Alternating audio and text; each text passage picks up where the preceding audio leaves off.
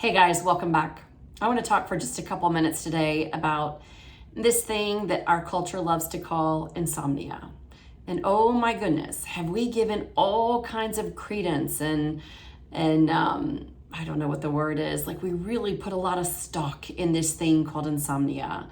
And we spend billions of dollars as a culture on research and medication and how to combat it, how to fight it, how to make it go away.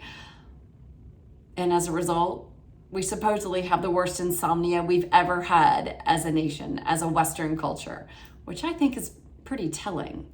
That the thing that everyone says, you've got to fight this, you've got to get through it, you've got to have this coveted, perfect 8 hours of sleep or else.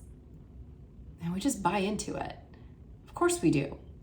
Because why wouldn't we? Why wouldn't we buy into the things we have innocently been conditioned and programmed to buy into without question? But I want to suggest this. If you, like so many right now, particularly right now in this season, are struggling, you're finding yourself not being able to fall asleep when your little mind wants you to fall asleep, or you're waking up at 2 or 3 in the morning, even for the day, any kind of sleep, this thing you're calling disruption, and then you have the confirmation of, I don't know, people around you and pharmacists and doctors and TV commercials and all the ads for sleep aids that say, yeah, this is a problem. You need to solve this. I just want to say, what if you could just back up, slow down for a minute, and take a look at what if. We like to think we know that insomnia is the cause of exhaustion the next day, of not being able to focus, of struggling and suffering. But what if you could just have a season of not sleeping the way your mind has been conditioned to demand that you sleep? What if we, like nature, work in seasons? We work like the ocean in ebbs and flows. We work like the breath, with contracting and expanding, inhaling and exhaling. What if everything, including our sleep patterns, are perfectly designed to work like nature, to work like the exhaling and the inhaling, the contracting and the expanding? What if it just naturally goes in cycles, like the seasons? And you can have seasons of sleeping where it doesn't match the way your mind has been taught it should look. What if we don't really know how we should be sleeping? What if the exhaustion the next day and the suffering is not so much about the sleeping as it is about the fighting, the worrying, the stressing about the sleeping, the staring at the clock, the wondering, the ruminating, the projecting, the foreshadowing, how bad it's going to be, what you're doing to your body? What if that's actually the exhaustion?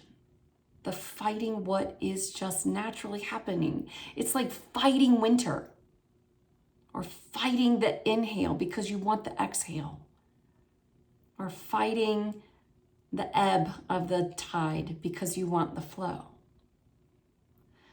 What if, beyond your adorable mind's ability to comprehend, the way that sleep is showing up right now for you is perfect and safe and just fine exactly as it is?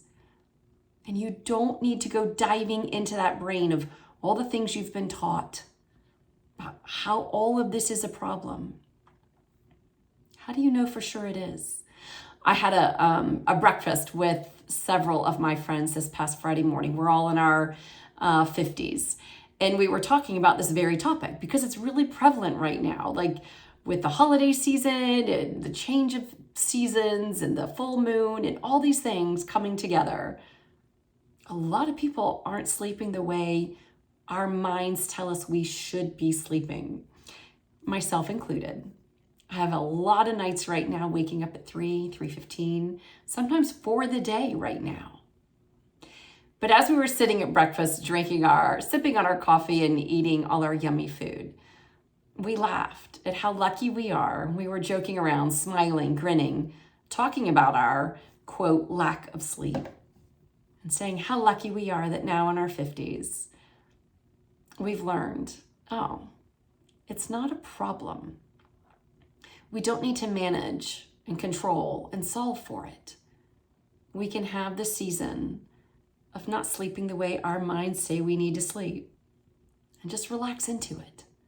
Relax into the not sleeping. Be with the not sleeping. And here's the thing I really want to stress about this. That doesn't mean your mind is suddenly going to stop like screaming and squawking and freaking out and saying, no, but this is bad. Here's the research. Look at this. Such an adorable, such a cute little mind. That's what it has to do. It's a survival-based, primitive machine in your head. To me, it works kind of like a 8-track tape. And your 8-track tape, if you live in this Western culture and you're an adult between the ages of, 30 and 100,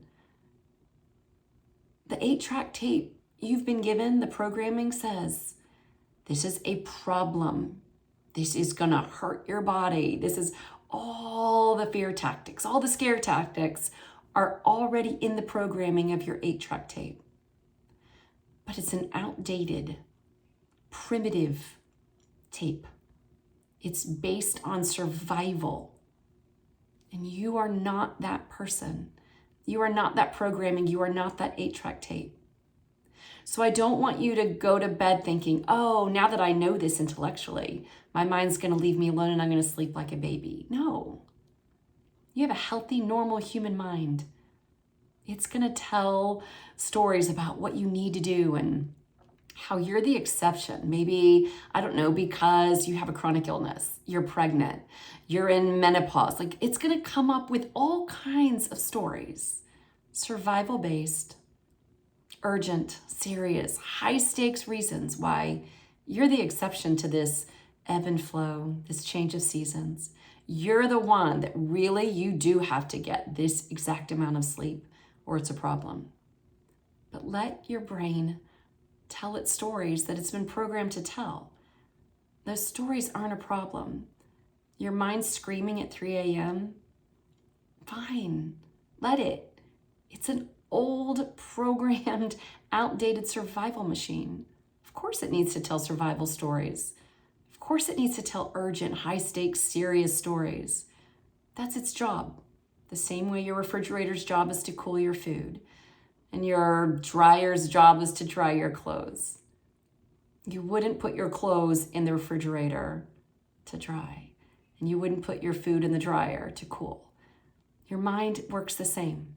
It's a very basic, primitive machine. Let it squawk and scream while you start to get a general, overall what-if feeling for this unknown, greater space, greater essence of who you are, beyond this story of you, beyond just the body that you're animating for 100 years on this planet.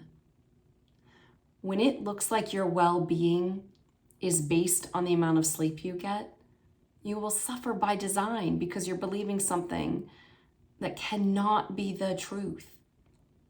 So if you're not sleeping, if you're in a season or cycle where sleep doesn't seem to want to come, or if it does come, it doesn't want to stick around long, fine. Be in it. Be in that season. Notice your mind squawking and screaming and telling you all the cultural things it's been programmed to speak about. And remember, you are not thinking your thoughts. You're thinking your culture's thoughts. They're coming to life for you to notice, to say, oh, you're back again, thanks. And you'll know by the feeling in your body when it's urgent and high stakes and serious. You'll know by that you're buying into something that is not the truth. And it's definitely not the truth of your well-being or your true, expansive, infinite nature. That is where we find our peace and our joy. I hope this helps a little bit if you're one of the millions or probably billions of people right now not getting the sleep they've been taught they're supposed to have. Could you just relax into this season? Relax into the fact that your mind has to tell stories, scary stories, but not buy into the scary stories so much. If it feels really scary and urgent and high stakes, it's simple. You're believing a lie. You're buying into something. You're identifying with something that doesn't even belong to you. Your thoughts are not yours. You're not thinking your thoughts. You're thinking your culture's thoughts. You don't have to buy into them or identify with them. Step back a little, notice them, observe them, and let them go. You're doing just fine, and all is well, I promise. Thanks, guys.